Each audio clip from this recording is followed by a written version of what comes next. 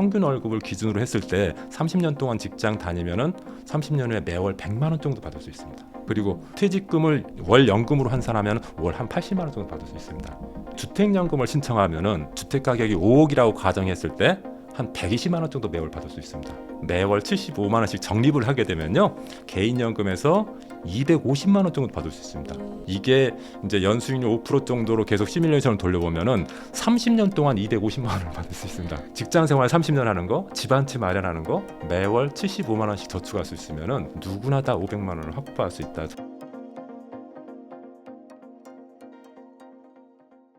안녕하세요. 오늘 인터뷰 진행을 맡은 김혜은입니다. ISA, IRP 들어는 봤지만 어떻게 사용할지 막막하신 분들 많을 것 같은데요. 그래서 오늘은 이 계좌들 어떻게 효과적으로 사용할 수 있을지 송영욱 대표님과 함께 이야기 나눠보도록 하겠습니다. 대표님 안녕하세요. 네, 안녕하세요. 네, 대표님을 처음 뵙는 분도 계실 것 같은데 간단하게 소개 좀 해주세요. 네, 안녕하세요. 송영욱입니다. 저는 송영욱 TV를 운영하는 운영자고요. 제가 주로 다녔던 곳은 은행, 보험사, 증권사, 주로 금융기관이었습니다. 금융기관에서 한 20여 년 정도 근무를 했고요. 거기서 근무하면서 이제 한 만여 명 고객도 만나서 상담도 하게 됐는데, 지금은 이제 퇴직을 해서 금융기관 직원을 대상으로 해서 금융투자협회나 증권사, 은행에서 강의를 하고 있고요. 일반 직장인을 대상으로 해서는 월급 관리나 은퇴자산 관리 이런 강의를 하고 있습니다. 그리고 종종 월급 세팅법이나 은퇴 세팅법과 관련된 그런 책도 내고 있고요. 요즘에는 이제 유튜브를 하나 개설해서 유튜브에 제가 조금 알려드리고 싶은 자산관리 팁 같은 거 올리고 있습니다. 네, 대표님 이제 ISA 계좌에도 여러 가지 유형이 있다고 들었는데 포지션별로 어느 게 가장 유리한지 좀 설명 좀 부탁드려요. 네, ISA 계좌라고 하면은 이제 절세 계좌로 많이 알려져 있죠. 똑같은 돈을 저축을 하는데 어떤 계좌는 세금을 받고 어떤 계좌는 안 받는다고 하면 당연히 안 받는 계좌를 해야겠죠. 그래서 ISA 계좌가 각 금융기관별로 이렇게 개설을 할 수가 있는데 세 가지 형태가 있습니다. 신탁형 ISA가 있고, 그 다음에 일임형 ISA가 있고, 중개형 ISA가 있는데요. 신탁형은 그냥 투자자가, 고객이 금융기관한테 이렇게 운영하라고 시키는 겁니다. 대신에 신탁보수를 지급을 해야 됩니다. 그러니까 수수료가 좀 들어간다고 볼 수가 있고요. 그리고 일임형 ISA는 그냥 전문가한테 맡기는 거죠. 대신 이것도 일임 수수료가 좀 들어갑니다. 그리고 중개형 ISA는 증권사에서만 개설을 할 수가 있는데요. 이것은 좀 특징적인 게 주식에도 투자할 수 있다는 점입니다. 일반적으로 절세형 상품들이 ELS나 펀드나 ETF 같은 데는 투자할 수 있는데 주식에는 투자할 수 없는 경우가 대부분이거든요. 그런데 이것은 주식도 투자할 수 있다는 점이 장점입니다. 그래서 제가 생각할 때는 이렇게 다양한 상품에 투자할 수 있는 IS형이 더 유리하지 않을까. 그리고 실제로도 지금 신탁형 IS 쪽은 좀 줄어들고 있고요. 네. 감소하고 있고, 그 다음에 중개형 ISA가 조금 점점 늘어나고 있는 그런 형태입니다. 그리고 최근에 이제 연말 되면은 증권사에서 이런 중개형 ISA 개설하면은 이렇게 선물 같은 걸 많이 줍니다. 돈으로 5천 원에서 60만 원까지 주는 데도 있고요. 어떤 상품권을 주는 데도 있고 하니까 그런 걸 잘 활용하는 게 좋겠고, 검색어에서 증권사 ISA 이벤트 딱 치면은 쫙 뜨거든요. 거기서 좀 좋은 증권사 선택해서 하시면 될 것 같고, 또 이럴 수 있잖아요. 나는 이미 신탁형 ISA 하고 있는데 어떻게 중개형 ISA를 또 개설하냐. 할 수 없죠. 왜냐하면 ISA 계좌는 한 계좌만 개설할 수 있거든요. 그런 경우에 또 좋은 방법이 뭐냐면은 신탁형 ISA에서 중개형 ISA로 계좌 이전하는 제도가 있습니다. 그러니까 불이익 없이 중개형 ISA로 해당 금융기관 내에서 바꿀 수도 있고요. 금융기관을 바꿀 수도 있습니다. 내가 그래서 A은행에서 B증권사로 바꿀 수 있다는 소리죠. 그것은 구체적인 방법은 이제 은행마다 증권사마다 약간씩 다르니까 해당하는 자기가 가입하고 있는 그런 금융기관 찾아가셔서 이렇게 이전해달라고 하시면 됩니다. 근데 금융기관마다 ISA가 있다고 말씀 주셨잖아요. 그럼 어떤 기관이 가장 혜택이 좋은지 뭘 비교를 하면 좋을까요? 제가 생각할 때는 상품 선택폭이 어디가 더 많은가, 그걸 기준으로 하고 싶습니다. 왜냐하면은 ISA를 만든 금융기관은 되게 많지만은 거기에 담은 상품이 예를 들어서 세 개밖에 안 되는 데도 있고 어떤 데는 10개가 되는 데도 있고 어떤 데는 굉장히 막 다양하게 하는 경우도 있거든요. 그러니까 그 해당하는 금융기관의 상품 목록이 한 어느 정도 되는지, 그리고 내가 좋아하는 상품들이 많이 있는지, 예를 들어서 나는 뭐 ETF를 좋아한다 그러면 ETF 상품들이 굉장히 많이 가입할 수 있게 되어 있는지, 아니면 펀드 형태로만 가입해야 되는지, 이런 것들이 조금 선택 기준이 되는데, 그냥 중개형 ISA 계좌를 개설하면 다 할 수 있거든요. 예, 선택폭이 가장 넓으니까 거기서 뭐 주식 투자를 안 하더라도 다른 ELS나 ETF나 뭐 이런 걸 해도 되니까 굳이 뭐 여러 금융기관을 선택할 필요 없이 그냥 중개형 ISA 계좌 선택하면은 거기에서 내가 원하는 것만 선택해서 가입하면 되고, 절세 한도는 은행에서 가입하나 증권회사 가입하나 똑같으니까 그런 걸로는 뭐 비교할 필요가 없는 거라고 생각이 됩니다. 그럼 IS 계좌가 가진 가장 큰 장점 뭐가 있을까요? ISA 계좌의 장점은 무엇보다도 다양한 상품에 투자할 수 있다는 거죠. 보통 예금 계좌 틀면 예금만 넣을 수 있고 주식 계좌 틀면 주식만 거래할 수 있잖아요. 그런데 ISA 계좌는 뭐 주식도 투자할 수 있고 채권도 투자할 수 있고 펀드도 투자할 수 있고 ELS도 투자할 수 있고 리츠도 투자할 수 있고, 한 계좌에서 종합적으로 자산을 관리할 수 있다는 점이 장점이고요. 이제 가장 큰 특징은 비과세라는 거죠. 금융소득에 대해서 비과세라는 점인데, 일반형 같은 경우는 200만 원, 서민형 같은 경우는 400만 원까지 비과세 혜택이 있습니다. 서민형은 연봉이 5천만 원 이하인 사람은 비과세 혜택을 좀 더 주는 겁니다. 5천만 원이 넘어가면은 200만 원까지, 그리고 5천만 원 이하이면은 400만 원까지 비과세 혜택이 있습니다. 그리고 경우에 따라서는 금융소득이 많아져서 400만 원을 초과할 수도 있겠죠. 1,000만 원이 될 수도 있을 거 아닙니까? 그러면은 그 비과세 초과 부분에 대해서는 9.9%로 분리과세합니다. 일반적으로 금융소득에 대해서 15.4%로 과세하거든요. 그런데 9.9%로 분리과세하니까 또 세금이 그만큼 줄어드는 거고요. 또 가장 큰 절세 혜택 중에 하나가 손익통산하는 건데, 이게 무슨 소리냐면은 손해 보는 것도 있고 이익 보는 것도 있는데, 손익통산하게 되면은 순수익에 대해서만 과세하기 때문에 실제로 세금이 줄어들거든요. 그 부분 좀 이따 제가 예를 들어서 한번 설명을 드릴 거고요. 그리고 중도 인출이 가능하다. 일반적으로 연금 계좌 같이 절세가 가능한 상품들은 중도 인출하면은 막 세금을 16.5%로 떼버리거든요. 그런데 얘 같은 경우에는 납입 원금, 자기가 넣은 금액까지는 그냥 어떤 불이익 없이 뺄 수 있습니다. 세금 없이 뺄 수 있으니까 다른 절세 계좌에 비해서 중도 인출이 굉장히 유리하다, 이렇게 볼 수가 있습니다. 그럼 ISA 계좌가요, 일반 계좌보다 얼만큼 세제 혜택을 많이 보는지 제가 사례를 통해서 한번 말씀드릴게요. 이 표 한번 보시기 바랍니다. 일반 계좌에서 만약에 이자 배당 소득이 1,000만 원 난 경우, 그다음 ISA 일반형에서 1,000만 원 난 경우, 그다음 서민형에서 1,000만 원 난 경우 세제 혜택이 어떻게 달라지냐면은, 일반형 같은 경우에는 이익 1,000만 원 나면은 세금을 154만 원 내야 되거든요. 근데 만약에 ISA 일반형으로 가입을 하시면은 79만 2천 원만 내면 되니까 한 75만 원 정도가 줄어들고요. 서민형으로 가입하면은 한 94만 6천 원 정도가 줄어듭니다. 그러니까 똑같은 그 이익을 보더라도 서민형, IS 일반형이나 서민형으로 가입하면은 한 70만 원에서 90만 원 정도 세금을 덜 내니까 사실 그만큼 더 이득을 보는 거하고 똑같겠죠. 그리고 또 한 가지, 제가 손익 통산되는 것이 있다고 그랬잖아요. 이것의 효과는 굉장히 큽니다. 제가 이것도 예를 한번 들어볼게요. 만약에 일반 계좌에서 A 상품에서 이익이 1,000만 원 나고 B 상품에서 손해가 600만 원 나는 이런 경우도 있을 수 있잖아요. 그러면은 이 경우에는 손해 난 건 손해가 난 거고, 이익 난 거 1,000만 원에 대해서 15.4% 과세하거든요. 그래서 154만 원 세금을 내야 됩니다. 그런데 IS 일반형에 가입하면은 손익 통산한단 말은 요 이익 1,000만 원에다가 600만 원 마이너스면 실제로는 이익은 400만 원 났잖아요. 그러니까 1,000만 원에 대해서 과세하는 게 아니라 400만 원에 대해서만 과세하는 거죠. 그러다 보니까 일반형 같은 경우에는 세금이 132만 원이나 줄어듭니다. 이렇게 되는 경우에. 그러니까 엄청나죠. 그리고 서민형 같은 경우에는 이것도 400만 원에 대해서 과세가 되는데 400만 원을 비과세 주니까, 서민형 상품 같은 경우에는 세금을 한 푼도 안 내니까 154만 원 정도의 절세 효과가 있다는 거죠. 그렇게 굉장히 큰 차이가 있다, 이렇게 볼 수가 있습니다. 그리고 1,000만 원을 빼는 경우, 일반 연금 계좌에서 빼면은 1,000만 원을 빼면은 165만 원이나 세금을 내야 되거든요. 그러니까 1,000만 원 빼려고 하는데 실제로 빼보니까 한 840만 원 정도밖에 안 되는 거죠. 이거 너무 많이 뜯기잖아요.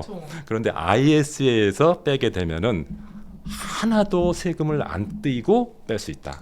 이게 가장 큰 장점이라고 볼 수가 있습니다. 그러니까 무조건 IAS 계좌는 첫 번째로 만들어 놔야 됩니다. 다른 어떤 계좌보다도 유리한 상품이기 때문에 먼저 만들어 놔야 된다. 이렇게 생각합니다. 그럼 보통 사람이 노후 생활비 월 500만 원이 나오는 구조를 만들려면 어떻게 하면 될까요? 일반적으로 매월 500만 원씩 받으려면은 굉장히 부자여야 될 것 같죠? 자산도 많아야 될 것 같고. 그쵸. 그렇지 않습니까? 네. 보통 사람이 사실은 노후에 300만 원씩 받기도 사실 쉽지 않다고 생각하거든요. 왜냐하면 소득이 없으니까. 그런데 사실 그렇게 어렵지는 않습니다. 세 가지만 하면 됩니다. 세 가지. 첫 번째는 직장 생활 하면 됩니다. 직장 생활. 직장 생활 한 30년 하시면 됩니다. 네. 직장 생활 일반적으로는 한 지금 55세 기준으로 봤을 때 직장 생활을 한 25년에서 30년 정도 한다고 합니다.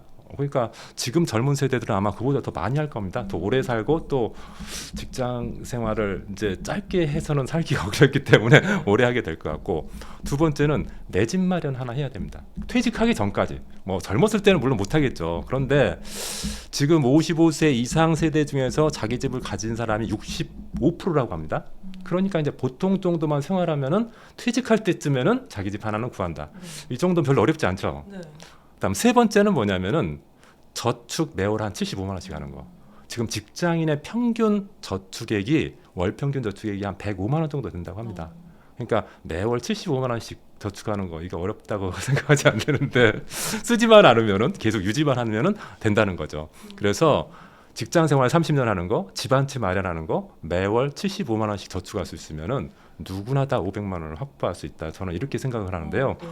왜 이게 가능하냐면은 지금의 노후 세대들, 지금 이제 70, 80 되시는 분들은 연금 제도가 완비되지 않았던 시대에 살았습니다. 그러니까 그 당시에는 국민연금도 안 냈고 뭐 퇴직연금은 뭐 대부분 못 받는 경우가 많았고, 그런데 국민연금이 1988년도에 생기고 그다음 퇴직연금 2005년에 생겨가지고 지금 이제 30대, 40대, 50대 되시는 분들은 이제는 이런 연금 시스템을 갖춘 상태에서 직장 생활을 하게 됐거든요. 그러니까 기존의 노인들은 그런 제도가 없었기 때문에 자기가 별도로 돈을 모아놓지 않는 한은 이게 매월 500만 원씩 확보하는 게 불가능했는데 지금 제가 말씀드린 세 가지만 제대로 해놓으시면은 이게 가능하다는 소리죠. 제가 구체적으로 한번 말씀을 드릴게요. 예를 들어서 직장 생활만 한 경우, 일만 첫 번째 조건만 충족한 경우, 그러면요 직장 생활 30년 한 거 그것밖에 없는 거죠. 집도 없고 모아놓은 돈도 없다. 그랬을 때 얼마 받을 수 있는지. 국민연금은 받겠죠. 직장 생활 했으니까. 그리고 직장 생활 했기 때문에 퇴직연금도 받게 될 겁니다. 그러면은 국민연금 만약에 직장인 평균 월급이 한 350만 원 정도 된다고 하거든요. 평균 월급을 기준으로 했을 때 30년 동안 직장 다니면은 30년 후에 매월 100만 원 정도 받을 수 있습니다. 그리고 퇴직금을 월 연금으로 환산하면 월 한 80만 원 정도 받을 수 있습니다. 지금 기준으로. 물론 이제 이게 시장 수익률이나 뭐 이런 거에 따라 좀 달라질 수 있지만 어쨌든 감만 한번 잡아보자고요. 그러면은 한 180만 원 정도는 직장만 다녀도 확보가 된다. 그런데 요즘 같은 경우는 맞벌이 하는 경우가 많잖아요. 그죠? 그럼 맞벌이 하면 두 사람이 만약에 그렇게 하게 된다고 하면은 360만 원 정도는 직장 생활만 해도 연금으로 인해서 받는 돈이 360만 원 정도는 된다. 두 사람이 직장 생활을 한다고 하면. 그러니까 예전처럼 지금의 노후 세대처럼 연금 제도가 확보되지 않은 상태에서는 이것도 굉장히 힘든 거지만은 연금 제도가 제대로 우리나라처럼 사층 연금 체계가 구축된 나라의 경우에는 직장 생활만 30년 꾸준하게 해도 평균 정도 월급 받으면은 한 180만 원, 둘이서 하면 360만 원 확보된다. 그런데 이제 만약에 집도 하나 마련했다. 저축은 안 했다. 직장 생활 30년 하고 집도 하나 마련했다 그러면은 한 65세 정도부터 만약에 주택연금을 신청하면은 주택 가격이 5억이라고 가정했을 때 한 120만 원 정도 매월 받을 수 있습니다. 그러면은 180만 원에다가 120만 원 더하면 300만 원. 그러니까 직장 생활하고 내가 집 하나 마련하면은 한 300만 원 정도 확보할 수 있고, 맞벌이 했다. 그럼 180만 원이 더 추가되죠? 그럼 480만 원 정도 확보가 됩니다. 꽤 괜찮죠? 네. 꽤 괜찮습니다. 꼭 부자가 아니라도 직장 생활하고 집 한 채만 있으면 이 정도 되고요. 만약에 세 가지를 모두 충족한 경우를 한번 보겠습니다. 직장 생활도 30년 하고 내 집도 퇴직 전에 하나 마련하고 매월 75만 원씩 적립을 하게 되면요. 일단은 국민연금 100만 원, 퇴직연금 80만 원 받을 수 있고 개인연금에서 250만 원 정도 받을 수 있습니다. 매월 75만 원씩 적립했을 뿐인데 이게 이제 연수익률 5% 정도로 계속 시뮬레이션을 돌려보면은 30년 동안 250만 원을 받을 수 있습니다. 꽤 많죠? 꽤 많습니다. 꽤 많고 주택연금으로 만약에 주택 가격이 5억 정도 되고 65세부터 그 주택연금을 받는다고 가정을 하면은 여기서 한 120만 원 정도 나오는데 다 합하면 550만 원입니다. 만약에 맞벌이 하면은 700만 원이 훌쩍 넘습니다. 이게 엄청난 부자가 할 수 있는 일이 아니거든요. 그래서 지금처럼 이렇게 4개 연금 제도가 제대로 구축되어 있는 우리나라 같은 경우에는 직장 생활하고 집 한 채 마련하고 한 75만 원 정도 적립을 계속 내 직장 생활하는 동안 하면은 노후가 결코 그렇게 암울하지는 않습니다. 반드시 뭐 자산을 10억, 20억, 30억을 모아놔야 되는 건 아니라 이렇게 직장 다닐 때부터 이렇게 준비를 하고 있으면은 결코 어렵지 않은 생활이다. 그럼 가끔 이렇게 물어볼 수도 있죠. 아, 지금 550만 원이야 많지만은 내가 30년 후에 550만 원이 얼마나 되겠느냐 이렇게 생각할지 모르는데 사실 그것도 걱정할 필요가 없는 게 이게 지금 현재 기준으로 말씀을 드린 거고 국민연금 지금 100만 원이 30년 후에는 한 200만 원 정도 될 겁니다. 국민연금도 계속 늘어나거든요. 그러니까 이것도 계속 늘어날 거고 퇴직연금 지금 월 80만 원 정도로 계산됐지만은 계속 직장 생활하면은 임금이 인상되잖아요. 그러니까 이것도 점점 늘어날 겁니다. 임금 인상률만큼. 그리고 주택도 지금 5억이면은 30년 후에도 5억일까요? 물가 상승률만큼 올라갈 거예요. 그래서 이것도 늘어날 거고요. 안 늘어나는 건 개인연금 75만 원인데 나중에 물가 상승률을 감안해서 매년 10,000원씩만 추가하면 됩니다. 금년에 75만 원, 내년에는 76만 원, 그 다음에 77만 원 이렇게 하면은 물가 상승률 같은 걸 다 반영해서 실제로 내가 현재가로 30년 후에 지금 현재 가치로 봤을 때 한 550만 원 정도 받을 수 있는 정도의 자금이 마련이 되거든요. 그러니까 뭐 내가 노후를 위해서 10억을 모아야 된다, 20억을 모아야 된다 이렇게 막연한 그런 걱정하지 마시고 지금 있는 제도를 잘 활용하시면은 500만 원도 과히 어렵지는 않다. 좀 긍정적으로 생각해 보셨으면 좋겠습니다. 그럼 지금 시점에서 ISA에 뭘 담는 게 좋을까요? ISA는 조금 전에 제가 말씀드렸다시피 이자소득, 배당소득이 비과세되는 상품이라고 했죠. 그러니까 다시 말하면 이자소득, 배당소득이 많은 상품을 넣는 게 좋겠죠.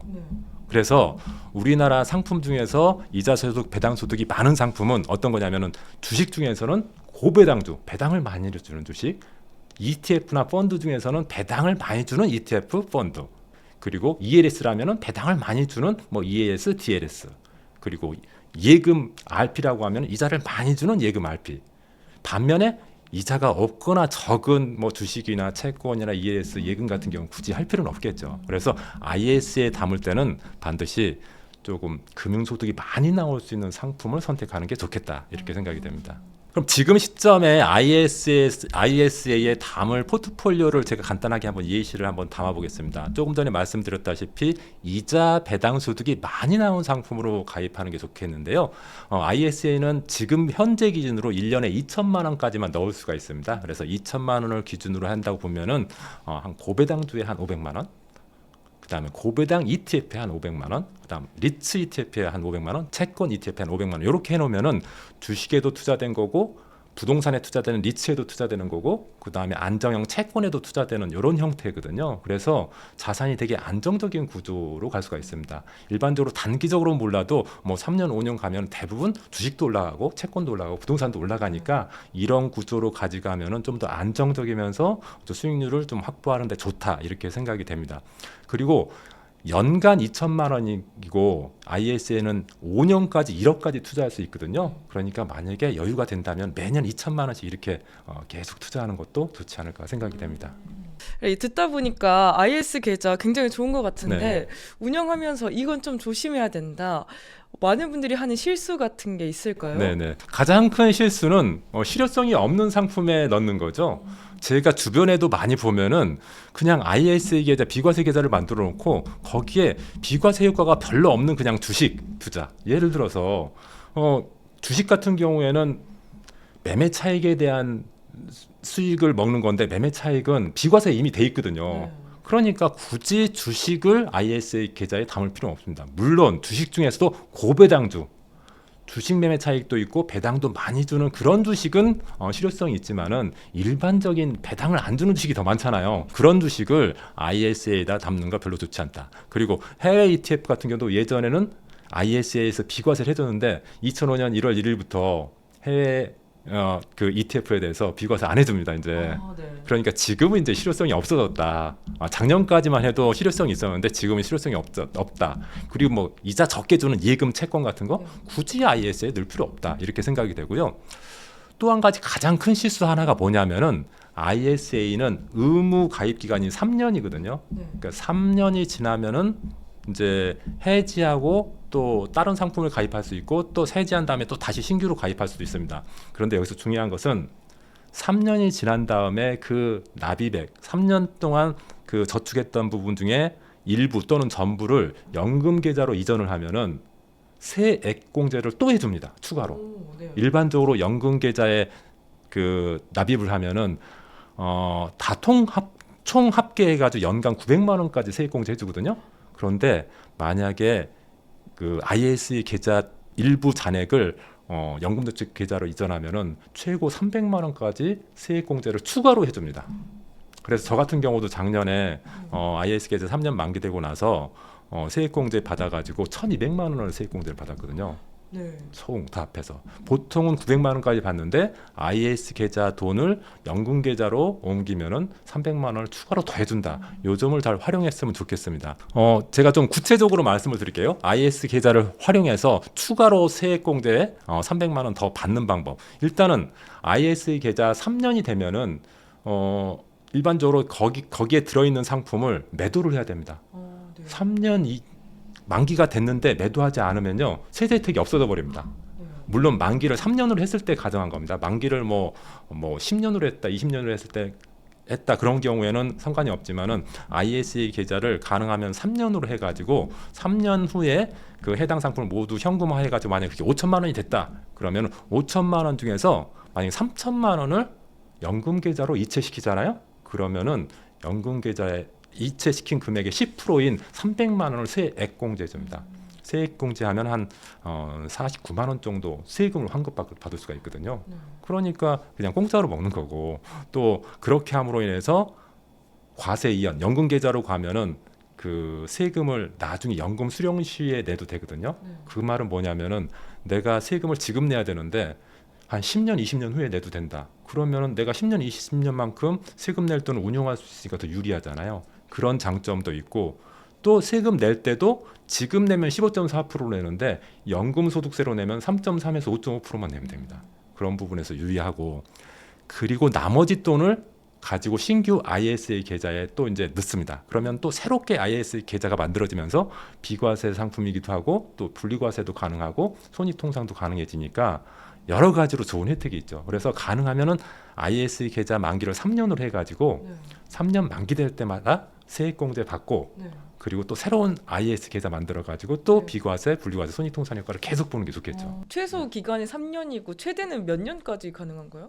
제한 없습니다. 제한 999년입니다. 999년. 아, 죽기 전까지. 예. 그런데 그렇게 하는 경우보다 3년마다 해서 세액 공제 혜택을 추가로 받는 것이 훨씬 더 유리하겠죠. 지금까지 ISA 계좌에 대해서 말씀드렸는데요. 한 세 가지 정도만 여러분들이 좀 기억을 하셨으면 좋겠습니다. 첫 번째는 ISA 계좌는 반드시 한 계좌는 꼭 만들자. ISA 계좌는요. 1인 1계좌거든요. 2개, 3개 이상 만들 수 없습니다. 연금 계좌 같은 경우는 3개, 4개도 만들 수 있는데 ISA 계좌는 한 개만 만들 수 있으니까 꼭 만드시기 바라고요. 두 번째는 ISA 계좌는 ISA 중개형으로 만들자. 그래서 상품을 어떤 곳이나 다 선택할 수 있도록 상품 선택의 폭이 넓도록 가입하는 게 좋겠고요. 그리고 세 번째는 ISA 계좌를 한 3년 만기로 계속 회전을 시켜서 세액 공제도 계속 받는 게 좋겠다. 이렇게 생각이 됩니다. 네, 퇴직연금 관련 규정도 바뀌었다고 들었습니다. 네. 가장 크게 달라진 점이 뭐가 있을까요? 일단 퇴직급여제도를 아셔야 되는데요. 퇴직급여제도는 우리나라가 지금 두 가지 제도가 병행되고 있습니다. 하나는 퇴직금제도가 있고요. 또 한 가지는 퇴직연금제도가 있는데 기존에는 퇴직금제도가 있다가 2005년에 퇴직연금제도라는 게 생겼습니다. 그러니까 퇴직연금도 벌써 한 20년 정도 됐는데 차이는 뭐냐면은 퇴직금제도는 회사에서 퇴직금을 어떻게 관리하냐면은 퇴직금을 사내에 적립합니다. 사내에 적립한다는 것은 회사 금고 안에 넣을 수도 있고 회사 명의로 은행에 넣어놓을 수도 있어요. 어쨌든 회사 자산, 회사 명의로 이렇게 관리를 한다는 소리죠. 문제는 그 회사가 부도나 버리면 퇴직금을 못 받을 수도 있겠죠. 예, 그런 문제가 있습니다. 근데 퇴직연금 제도는 퇴직급여를 사외에 적립한다. 그러니까 회사 명의로 회사 계좌로 관리하는 게 아니라 은행이나 증권사 같은 데다가 별도의 계좌로 관리를 하거든요. 그러면은 그 회사가 부도나도 퇴직급여로 쌓아놓은 곳은 건드릴 수 없게 만들어 놓은 겁니다. 그러니까 회사 입장에서는 그 돈을 빼낼 수 없고 근로자 입장에서는 회사가 어떤 나쁜 상황이 돼도 내 퇴직급여는 항상 보장이 된다. 이렇게 볼 수가 있겠죠. 그래서 예전에 퇴직금 제도는 좀 축소시키려고 하고 있고 퇴직연금 제도는 확대시키는 쪽으로 지금 퇴직급여 제도가 변하고 있습니다. 그 변화는 달라진 퇴직급여 제도를 제가 좀 구체적으로 말씀드리면요. 일단 퇴직연금을 좀 의무화시키려고 하고 있습니다. 그 말은 다른 말로 표현하면은 기존의 퇴직금 제도, 회사가 부도나면 퇴직금 못 받을 수도 있지 않습니까? 그래서 기존의 퇴직금 제도는 폐지하고 퇴직연금을 의무화시키는 거죠. 그래서 2027년까지는 100명 이상인 회사는 전부 다 퇴직연금을 하도록 이렇게 하고 있고요. 그 다음에 2028년에는 5인 이상 전부 다 의무화. 그 다음 2030년부터는 모두 퇴직연금 제도를 활용할 수 있고 퇴직금 제도는 이제 못하게 이렇게 바꿔 가려고 하고 있습니다. 그러니까 근로자 입장에서 봤을 때는 퇴직연금 형태로 된 게 훨씬 더 좋겠죠. 안정적으로 내가 받을 수 있으니까. 그리고 또 한 가지 달라진 점은 세제가 달라졌는데 지금까지는 어떻게 돼 있냐면 퇴직연금 같은 경우에는 10년 차까지는 퇴직소득세가 30% 감면이 됐습니다. 그런데 10년이 넘어가고 20년까지는 11년 차부터 20년까지는 40% 퇴직소득세를 감면시켜줬습니다. 그런데 이게 이제 퇴직연금법이 개정이 되면서 하나가 더 생겼습니다. 20년이 넘어가면 50%까지 퇴직소득세를 감면해 주는 걸로 이렇게 바뀌었습니다. 그래서 점점 더 근로자한테 퇴직급여 제도가 좀 더 유리하게 바뀌고 있다. 이렇게 알아두시면 되겠습니다. 그럼 퇴직금 2억 원을 넣었을 때 세제 수령액 어떻게 달라지는지 구체적으로 예시를 좀 들어서 설명해 주세요. 네, 보통 직장인 월 평균 한 350만 원 정도 받는다 했을 때 직장생활 30년이면 한 2억 정도 받게 되거든요. 그러면 2억 원을 일반 계좌로 받는 거하고 IRP 계좌로 받는 경우가 어떻게 달라지는지 한번 비교해서 제가 이 표에서 설명을 드리도록 하겠습니다. 2억 원을 퇴직금으로 수령하는데 일반 계좌로 받으면은 퇴직소득세를 떼거든요. 퇴직소득세를 뭐 사람마다 다룰 수 있겠는데 만약 1,000만 원이라고 하면은 퇴직소득세를 떼고 1억 9천만 원만 주게 됩니다. 그런데 IRP 계좌로 만약에 퇴직금을 수령하게 되면은 퇴직소득세를 안 뗍니다. 2억 원이 그대로 들어옵니다.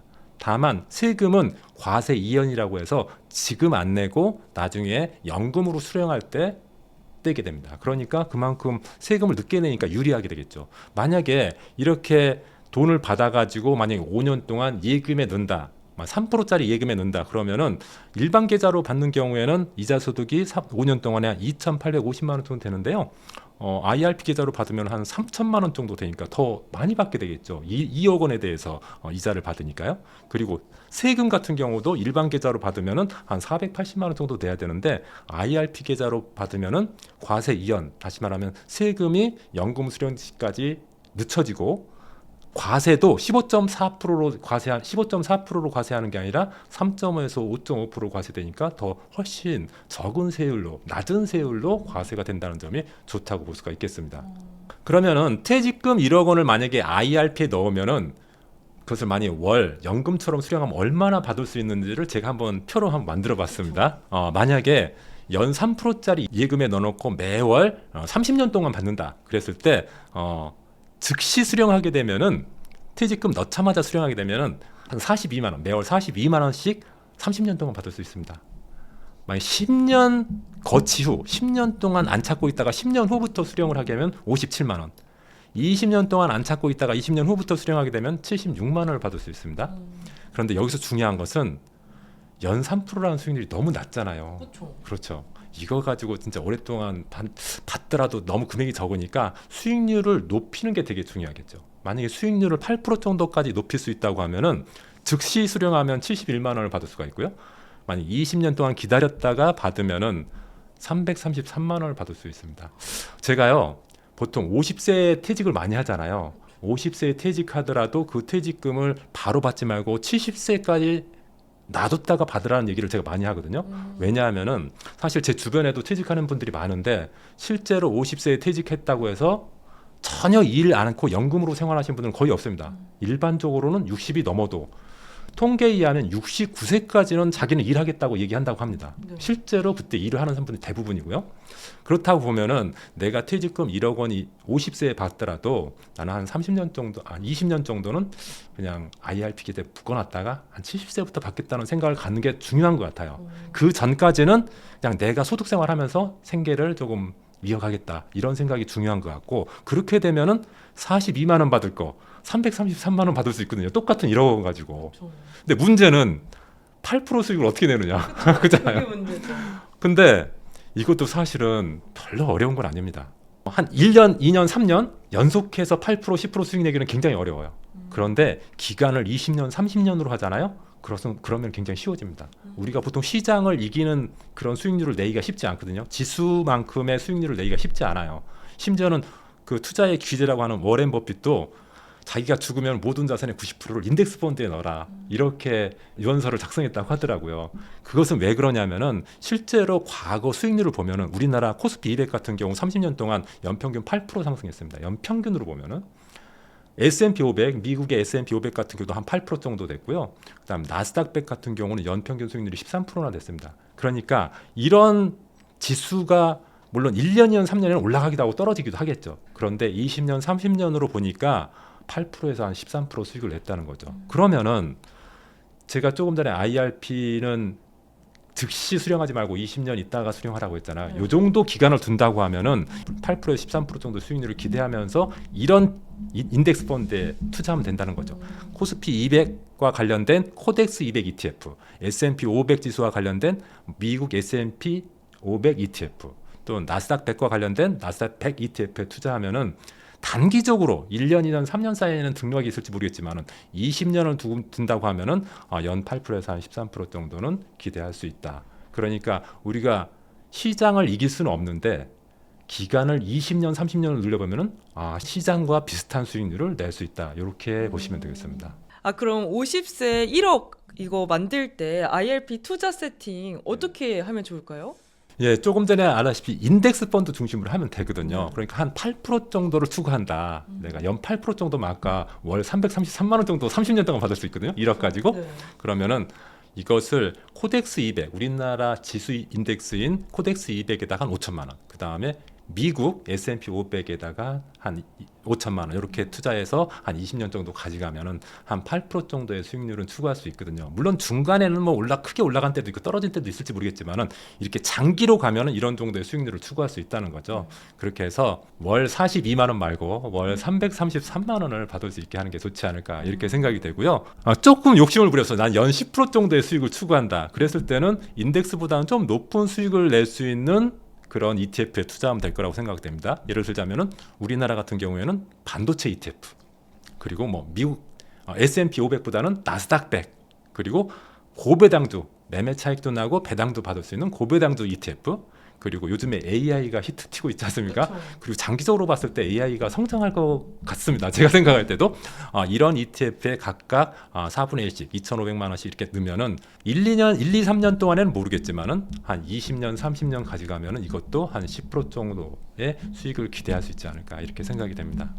그래서 중요한 것은 IRP의 수익률을 좀 높일 수 있는 그런 상품을 선택하는 게 중요하고, 그리고 수령 시점을 바로 받지 말고 좀 20년으로 늦추는 게 중요하다. 저는 이렇게 생각합니다. 그럼 IRP 계좌 운영의 제1원칙 꼽자면 뭐가 있을까요? IRP 운영할 때 제일 중요한 것은 깨지 않는 겁니다. 깨지 않는 거. 중도 인출하지 않는 거. 이것이 제일 중요하다고 생각합니다. 깨지 않는 거. 다시 말하면 10년 이상 유지하라. 깨지 않는 게 중요하다고 생각합니다. 왜냐하면은 IRP는 기본적으로 중도 인출 못하게 돼 있습니다. 원칙적으로 못하게 돼 있거든요. 그런데 경우에 따라서 이제 예외적인 상황으로 이제 인출을 하는 경우가 있는데, 만약에 인출을 하게 되면은 출금할 때 16.5%로 중과세를 하게 됩니다. 그러니까 한 1,000만 원 인출하면은 850만 원 정도밖에 못 받거든요.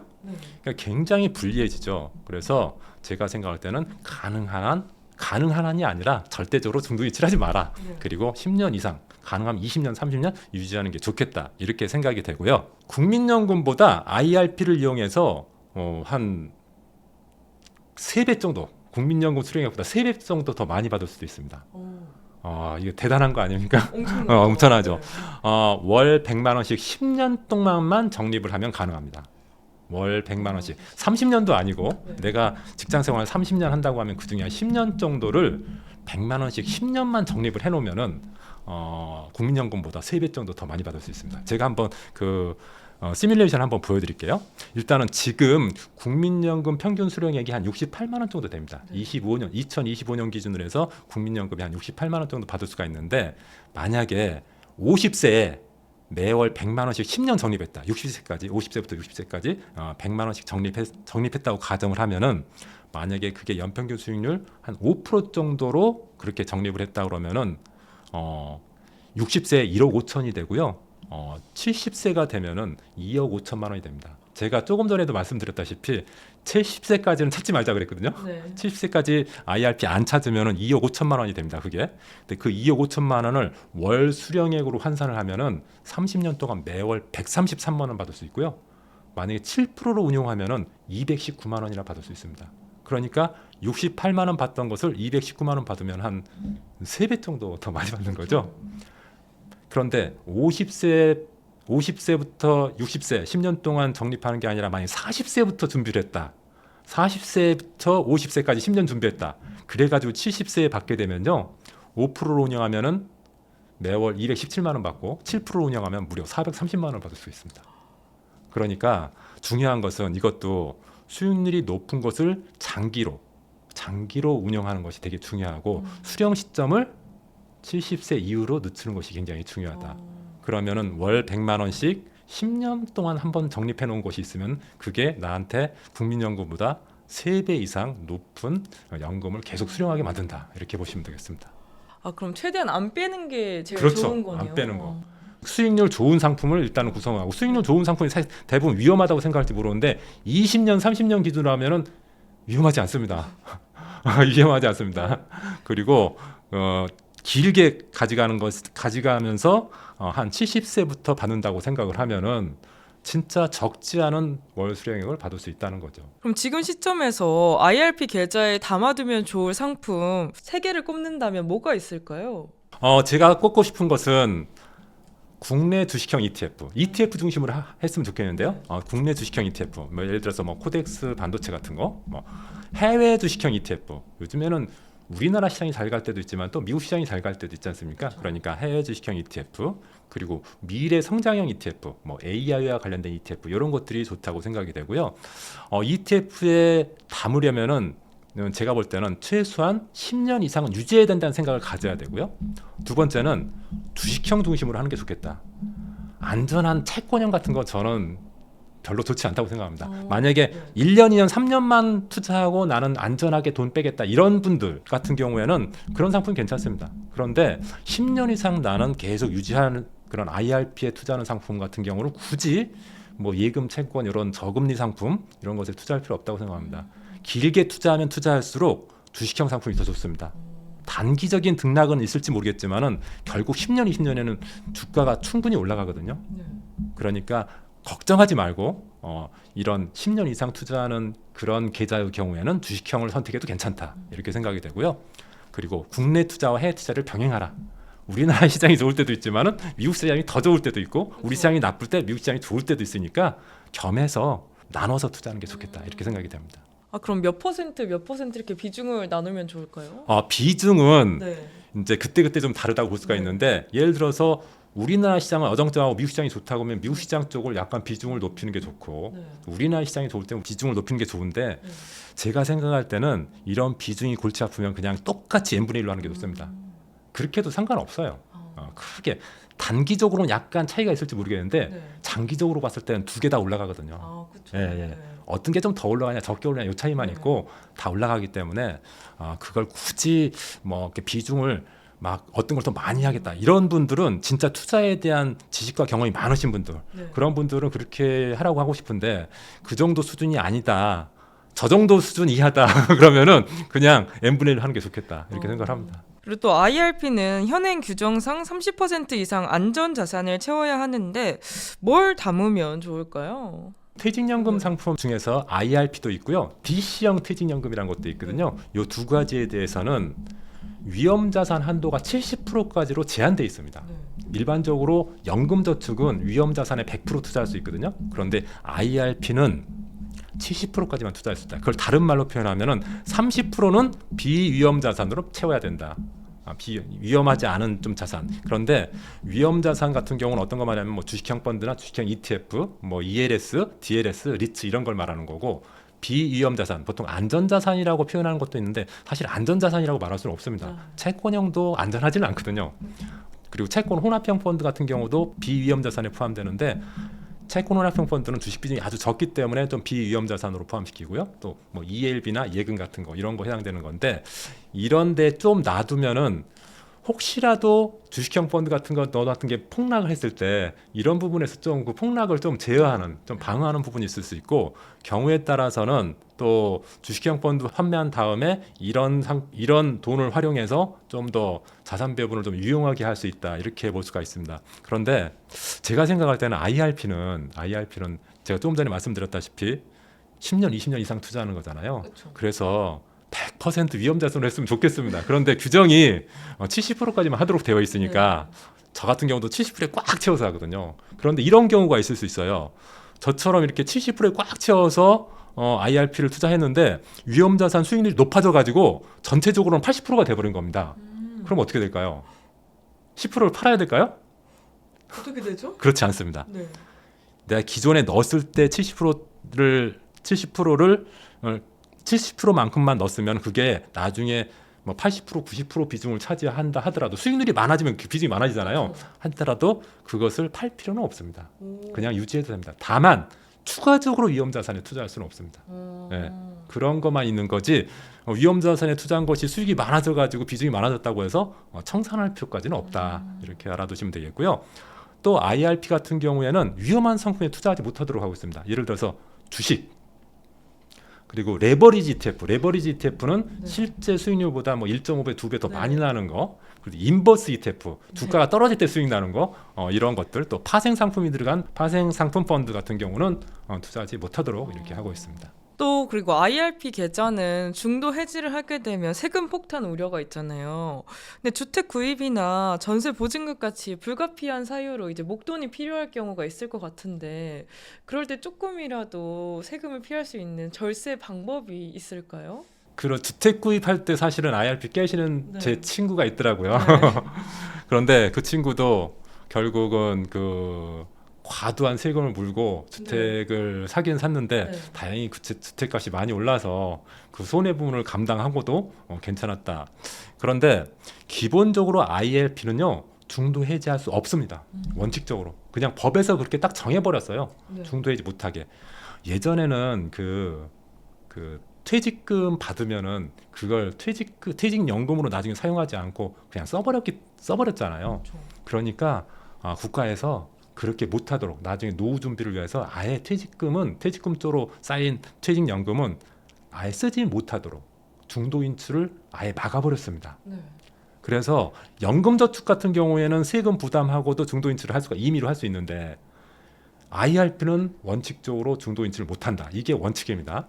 그런데 그럼에도 불구하고 예외적으로 인출하는 경우가 있습니다. 이렇게 제가 제가 만들어놨는데, 천재지변이 있거나 뭐 6개월 이상 요양을 하거나 파산 선고를 당하거나 또 뭐 사회적 재난에 의해서 입원 치료를 받아야 될 경우, 이런 경우는 진짜 굉장히 급박한 경우잖아요. 이런 경우에는 인출할 수 있는데, 이런 경우라도 연금소득세는 내야 됩니다. 연금소득세 내야 됩니다.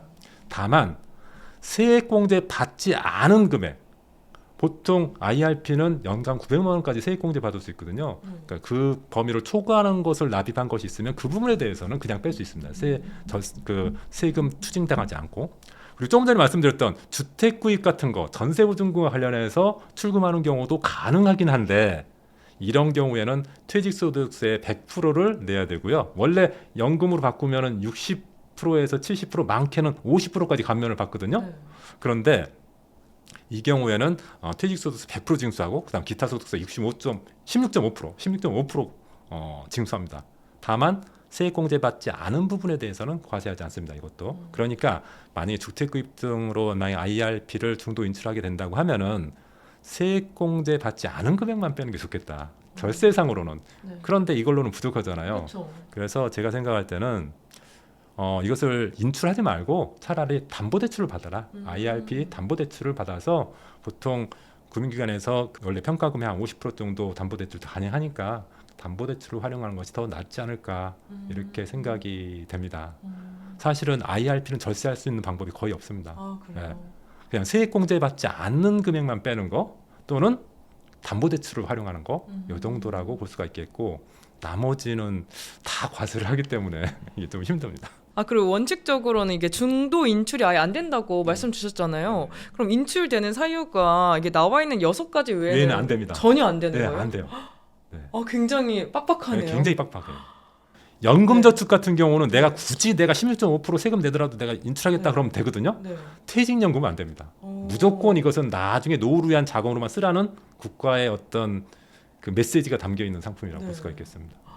아, 그러면 이게 IRP 시작하기 전에 이런 목돈이 굉장히 필요하신 분들은 아예 IRP를 가입조차 안 하는 게 나을까요? 가입조차 안 하는 것보다는 네. 가입은 하되 네.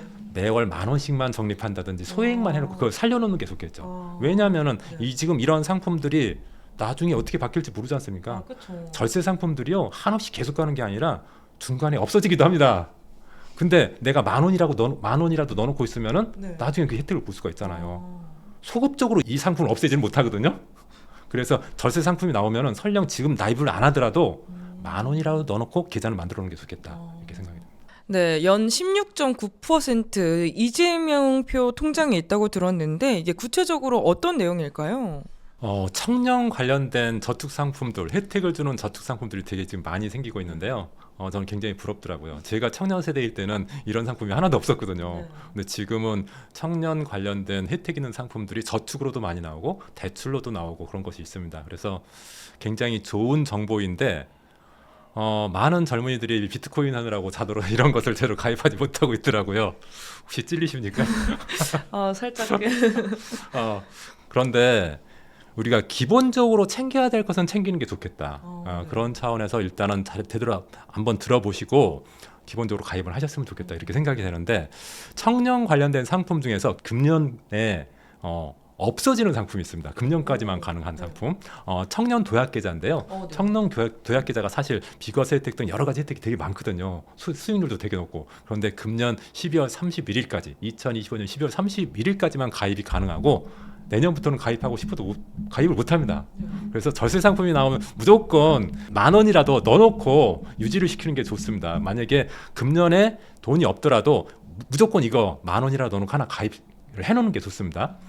그런데 내년에는 청년 미래적금이라는 상품이 또 생기거든요. 청년한테 혜택을 주는 상품. 이것이 청년 도약계좌처럼 그 가입 기준은 만 34세까지 가입할 수 있습니다. 군대 갔다 오신 분은 군대 기만큼 나이가 연장되고요. 그리고 똑같이 비과세 혜택이 있습니다. 그런데 다른 점은 뭐냐면은 소득 기준이 다른데요.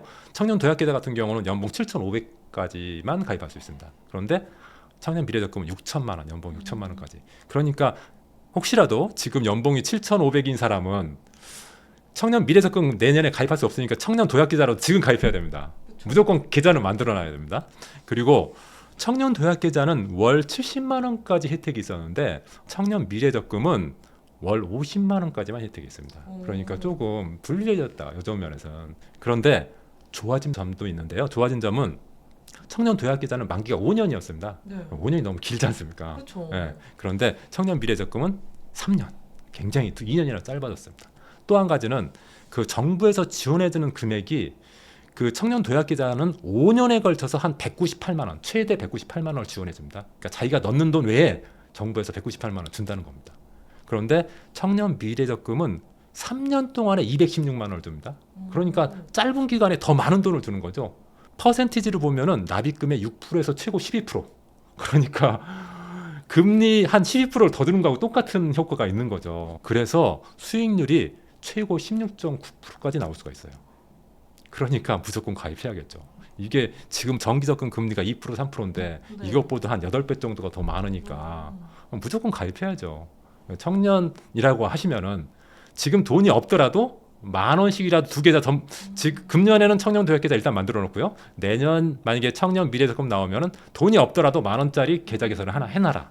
이렇게 말씀을 드리고 싶습니다. 그럼 동시에 두 개를 같이 운영할 수 있을까요? 금년에 가입한 사람은 내년에도 청년 도약 계좌를 계속 쓸 수가 있고요. 네. 그 다음에 청년 미래적금이 나오면은 아마도 정부에서 둘 중에 하나 선택하라고 할 것 같아요.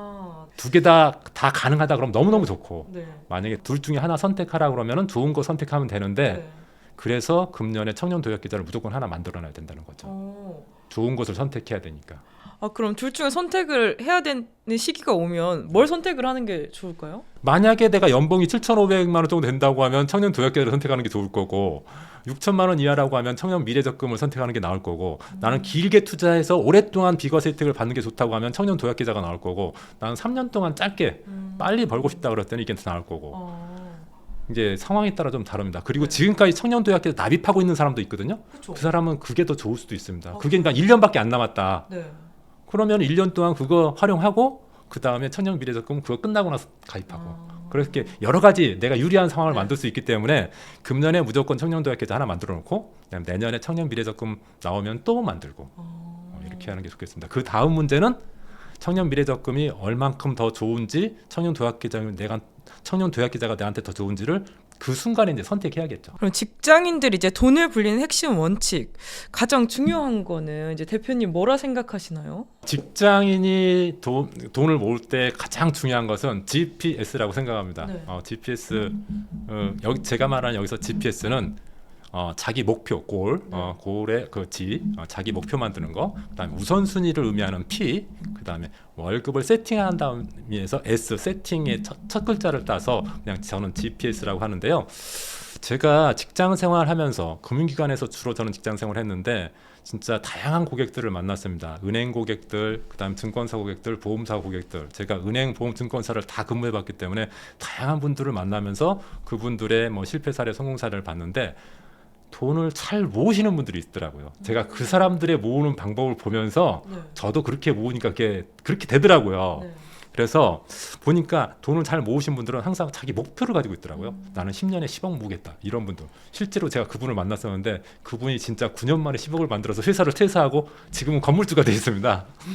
그리고 우선순위. 그런 분들은 항상 지출보다 투자를 먼저 세팅을 합니다.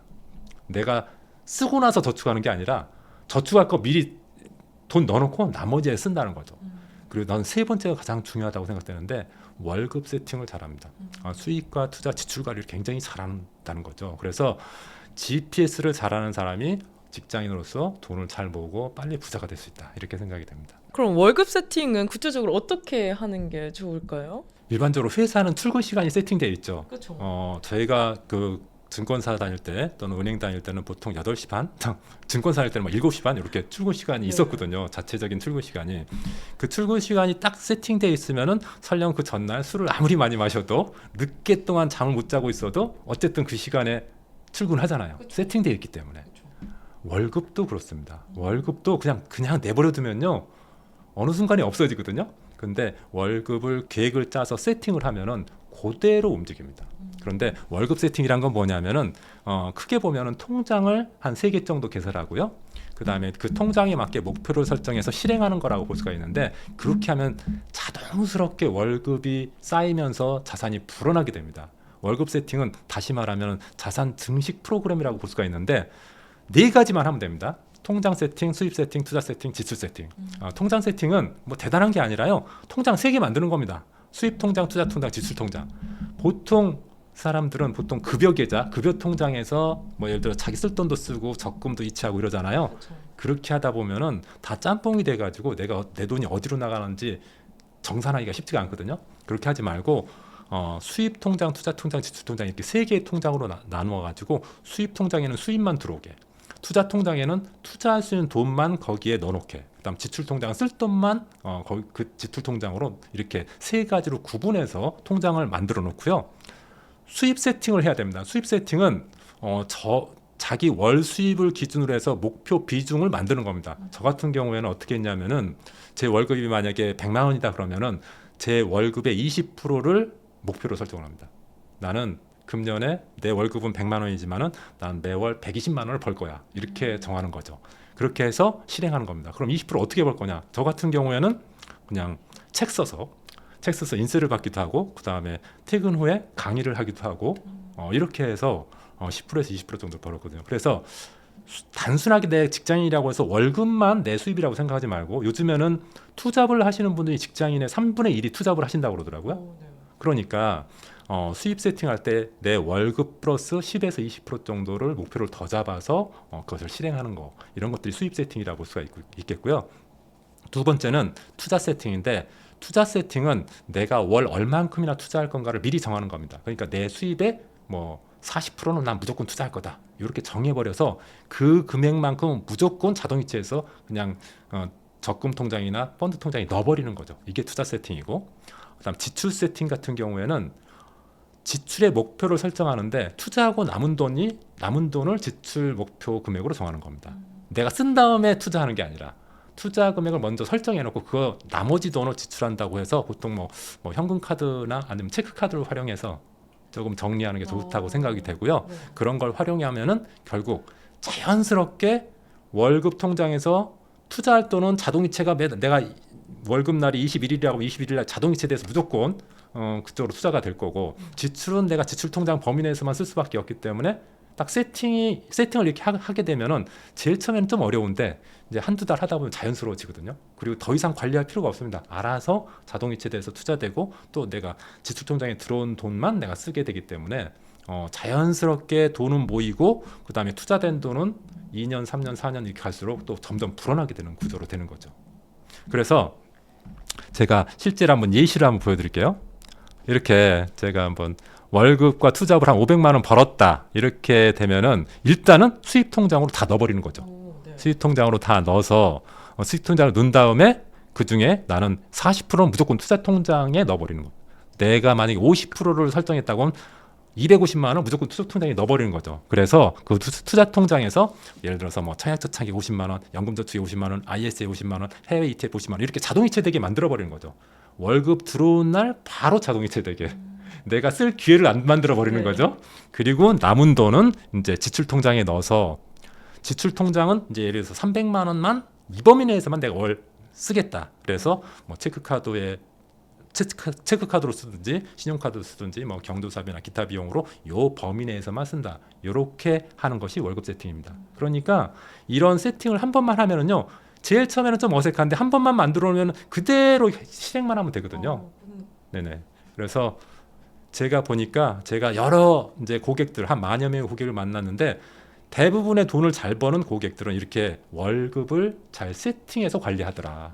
그리고 저도 이렇게 해서 사실은 돈을 좀 모으게 됐다. 이런 말씀을 드리고 싶습니다.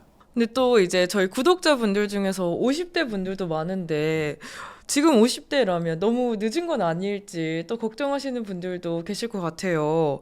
50대가 1억을 모으는 현실적인 방법, 소득 수준별로 조금 구체적으로 제시 좀 부탁드려요. 50대가 늦다고 생각하시는 분들이 많이 계신데 사실은 80먹은 할아버지한테 물어보면은 50대는 굉장히 청춘이죠. 그렇죠. 그리고 실제로 제가 어렸을 때 50대는 굉장히 노인처럼 보였지만 지금 50대들은 굉장히 또 젊습니다. 활력도 있고 뭐 어떤 경제적인 활동도 적극적으로 하려고 하고 그냥 나는 50대니까 이제 아무것도 안 하겠다 이런 분들은 거의 없거든요.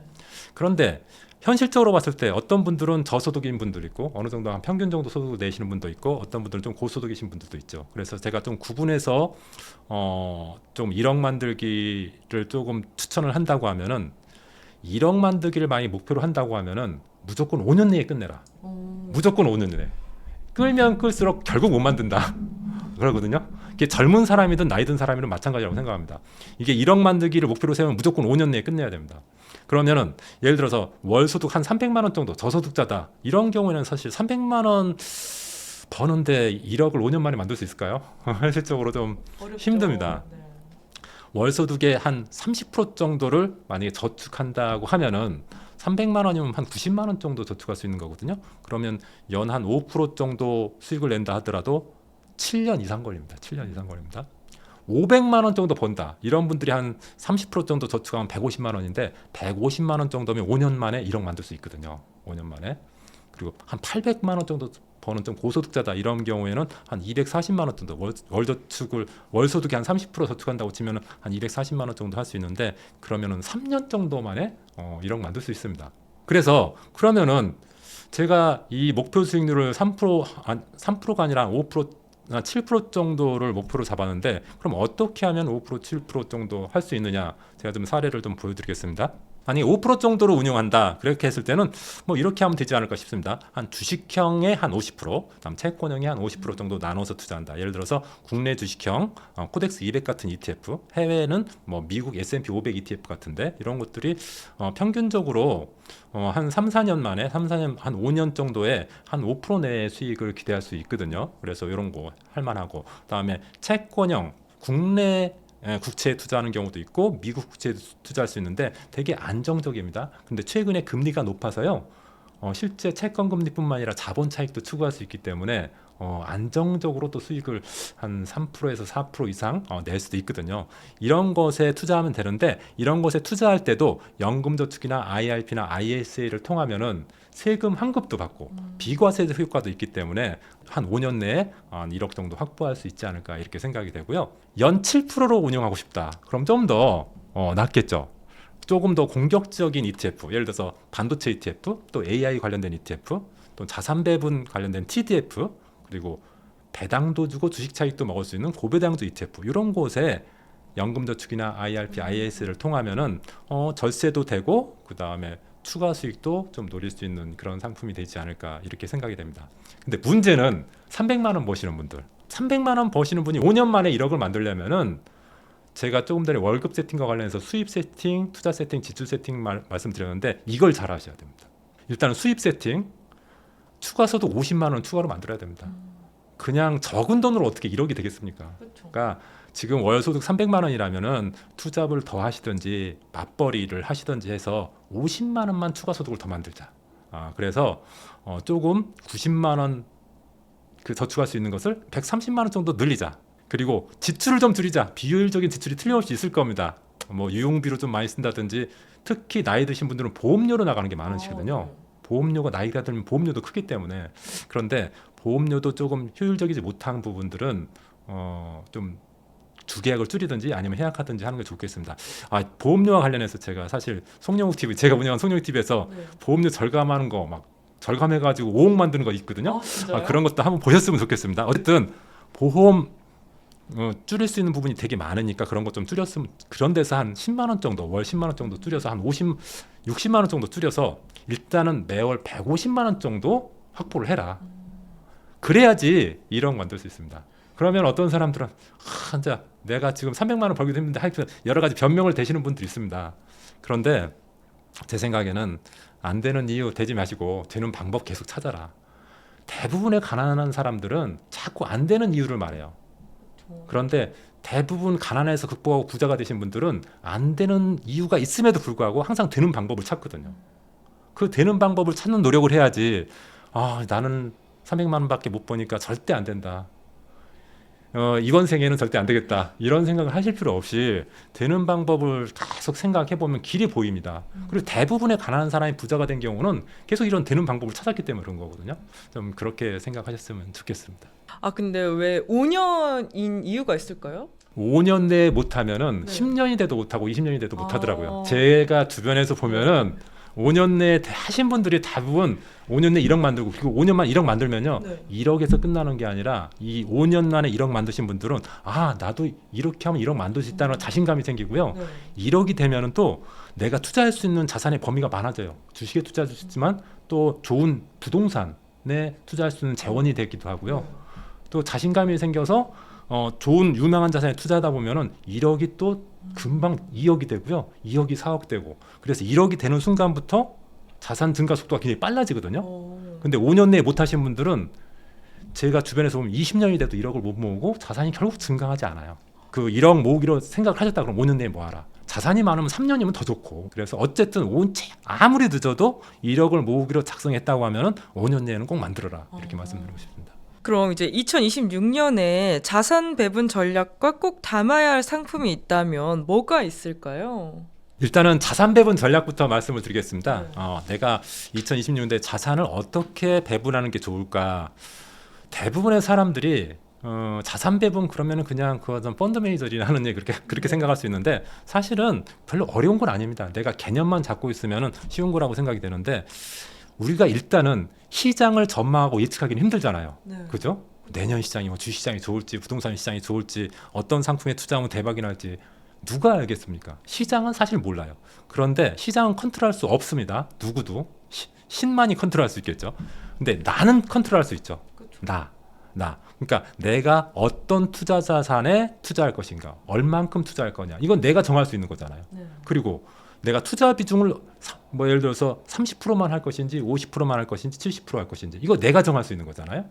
또 한 가지 투자 방법을 몰빵할 거냐 아니면 상품 분산하고 장기 투자할 거냐 이거 내가 정할 수 있는 거잖아요. 내가 정할 수 있는 것을 중심으로 일단 자산 배분을 하자. 이게 첫 번째입니다. 그래서 너무 어렵게 내년 전망 누구 전문가 말 듣고 저 사람대로 해야겠다 이런 거보다는 내 생각을 중심으로 해서 내가 무엇으로 할 것인지 얼마나 할 것인지 어떻게 할 것인지를 12월에 가기 전에 한번 생각해 보셨으면 좋겠습니다. 구체적인 방법으로 내가 어떤 투자 상품을 할 것이냐 제가 볼 때는 주식보다는 ETF라는 게 좋겠다. 저도 주식 투자를 한 30년 정도 해봤거든요. 증권사에 있으면서도 진짜 수익을 많이 내보기도 하고 엄청나게 작살나기도 해봤는데 수익이 많이 날 때는 괜찮은데 또 깨질 때는 수익 먹은 걸 다 토해내고 더 많이 깨지기 때문에 주식으로 계속 하는 것은 적절하진 않다. 전문가라면 괜찮다. 진짜 주식 투자를 잘하고 손절매 관리를 잘할 수 있는 사람은 괜찮다. 그런데 일반적인 사람이라고 하면은 주식 투자보다는 저는 ETF 중심으로 했으면 좋겠다. 그럼 ETF 어떤 걸로 하느냐? 성장주 ETF. 주로 이제 요즘에 AI와 같은 AI 또 반도체와 같은 그런 성장주 ETF에 한 30%. 그다음에 리츠 ETF. 리츠는 부동산에 투자되는 거. 대표적인 또 부동산이 수익률 상품 아닙니까? 리츠도 요즘에 수익이 잘 나고 있거든요. 리츠 한 30%. 원자재 ETF. 예를 들어서 금이나 예를 들어서 구리 같은 그런 원자재도 인플레이션 시대에는 굉장히 수익률이 좋거든요. 거기 한 20%. 그다음에 안전한 채권에 한 25%. 채권에 한 25%라고 되어 있는데 20%입니다. 20%. 그래서 성장주 리츠에 각각 30%, 원자재, 그다음 채권에 각각 20%씩 이렇게 투자하는 것이 저는 좋지 않을까. 물론 개인의 투자 성향에 따라서 성장주 비중을 더 높일 수도 있고 채권의 비중을 더 높일 수는 있겠는데 잘 모르겠으면 이렇게 하는 것도 괜찮겠다. 저는 이렇게 생각이 되고요. 그다음에 세 번째는 우리나라 투자자들의 가장 나쁜 점 중에 하나가 어느 한쪽에 편중되어 있다, 몰빵하고 있다는 거거든요. 그런데 그 세 가지가 저는 부동산 편중, 저축 편중, 시간 편중이라고 생각합니다. 하나 더 넣자면은 코인 편중이라고도 생각이 되는데 어쨌든 크게 보면은 부동산 편중이 많이 돼 있죠. 그래서 부동산에 너무 편중되어 있으면 부동산은 돈이 묶여 있는 자산이잖아요. 그래서 물론 젊었을 때는 부동산 쪽이 많을 수 있지만 나이가 갈수록 금융자산과 부동산의 비중을 한 반반 정도로 가져가는 게 좋겠다. 지금 부동산 비중이 많은 사람은 지금부터는 이제 금융자산 비중을 높이는 쪽으로 그래서 한 반반 정도 되는 게 좋겠다. 대부분의 선진국은 금융자산과 부동산의 비중이 한 반반 정도 되거든요. 근데 우리나라는 부동산이 굉장히 많습니다. 그리고 저축에 너무 편중돼 있다. 사실은 예적금도 있고 주식펀드와 같은 투자형 상품도 있는데 예적금 비중이 너무 많습니다. 우리나라 사람들은. 네. 그런데 예적금이 아다시피 금리가 너무 낮으니까 좀 수익이 좀 높은 투자형 적금보다는 적립식 펀드나 주식 같은 투자형 상품 비중을 한 반반 정도로 가져가는 게 좋지 않을까 이렇게 생각이 되고요. 그다음에 우리나라 투자들이 단기 투자가 많거든요. 뭐 1년 이내 투자, 3년 이내 투자 뭐 이런 게 많은데 좀 장기 투자 중심으로 가져가는 게 좋겠다 이렇게 생각이 됩니다. 그래서 제가 좀 구체적으로 제가 설명을 드릴게요. 나이가 들수록 제가 금융자산 비중을 늘려라. 부동산 비중이 너무 많다. 지금 우리나라 같은 경우는 좀 금융자산 비중이 35%, 실물자산 비중이 65%. 실물자산의 대부분이 부동산이거든요. 뭐 일부는 뭐 미술품도 있고 뭐 이런데 대부분은 부동산입니다. 그런데 제가 지금 이 차트 한번 표 한번 보시기 바랍니다. 금융자산, 실물자산 그냥 부동산이라고 생각하셔도 됩니다. 20대는 실물자산 비중이 43%인데 60대 점점 높아져가지고 60대 가면 무려 83%. 나이가 들면 금융자산 비중이 많아져야 하는데 점점 실물자산 비중이 많아지고 있죠. 부동산 비중이. 이것은 결국 나이가 들면은 부동산이 있는데 쓸 돈은 없다. 이런 문제가 생길 수 있기 때문에 지금 당장은 부동산 비중이 많다 하더라도 점점 금융자산 비중을 늘려야 된다. 안 그러면 노후에 진짜 쓸 돈이 없다. 자산만 있는데 자산은 있는데 쓸 돈이 없다. 이렇게 될 우려가 있다. 이런 점들 좀 여러분들이 고려했으면 좋겠고요. 그 다음에 저축형 상품이 많고 투자형 상품이 적다 했잖아요. 우리나라 같은 경우 저축형 상품이 74%고 투자형 상품이 26%밖에 안 됩니다.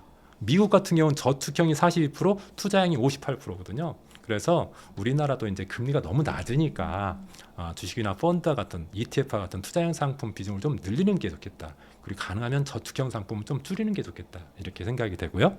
그 다음에 좀 장기적으로 투자해라. 우리나라 지금 우리나라 코스피 종합투자지수 우리나라 증권시장이 1980년도에 지수가 100으로 시작했거든요. 네. 지금 4천이 네. 넘었잖아요. 네. 4천이 넘었습니다. 계속 올랐습니다. 그러니까 단기적으로는 주식시장이 조금 그 등락이 있고 변동성이 있어 위험하지만은 주식 투자를 하든 펀드 투자를 하든 단기적으로 보지 말고 부동산 투자하듯이 하자. 부동산은 샀다 팔았다 많이 안 하잖아요. 막 그쵸. 5년, 10년 가져가잖아요. 주식이나 펀드도 5년, 10년 가져가면은 틀림없이 수익을 많이 줄 거라고 저는 생각을 합니다. 그래서 장기 투자, 적립식 투자를 습관화하면은 내 자산도 계속 불안할 거다. 이렇게 생각이 됩니다. 네, 오늘 송영욱 대표님과 함께 ISA, IRP 계좌부터 자산 세팅 이야기까지 나눠봤는데요. 대표님, 그럼 저희 성공의 진심인 구독자분들께 한 말씀만 부탁드려요. 2026년에는 좀 더 여러분들이 모두가 자산 관리를 잘 하셔가지고 금년보다 한 2배, 3배 더 자산이 불어났으면 좋겠고요. 그리고 제가 최근에 송영욱 TV라는 유튜브를 개설을 했습니다. 그래서 제가 은행, 증권사, 보험사에서 한 20여 년 동안 근무하면서 다양한 고객들을 만나고 그들의 성공 사례, 실패 사례를 보면서 여러 가지 자산 관리 팁도 알게 되는데요. 그런 팁을 송영욱 TV를 통해서 좀 알려드릴 테니까 저희 송영욱 TV에도 좀 관심을 가져주시고 좀 구독도 해주셨으면 좋겠습니다. 그리고 송영욱 TV에서 전자책 무료 증정 이벤트를 금년 12월 31일까지 하고 있거든요. 그러니까 그 전자책의 내용은 내년 2026년 자산 배분 전략 그리고 꼭 담아야 되는 투자 상품을 제가 소개를 하고 있거든요. 그래서 저희 송영욱 TV 구독, 좋아요, 댓글 달아주시면은 무료로 제가 이 전자책을 드릴 테니까 이벤트에 참여하셔서 2026년에는 자산 관리 잘 하셔서 자산도 많이 불릴 수 있는 그런 기회가 되었으면 좋겠습니다. 감사합니다. 네, 대표님 귀한 시간 내주셔서 감사합니다. 오늘 저희가 준비한 인터뷰는 여기까지고요. 오늘 인터뷰가 여러분의 투자 전략에 도움이 되셨다면 좋아요와 구독, 알림 설정 잊지 마시고 저희는 다음 인터뷰로 찾아뵙겠습니다. 감사합니다. 네, 고맙습니다.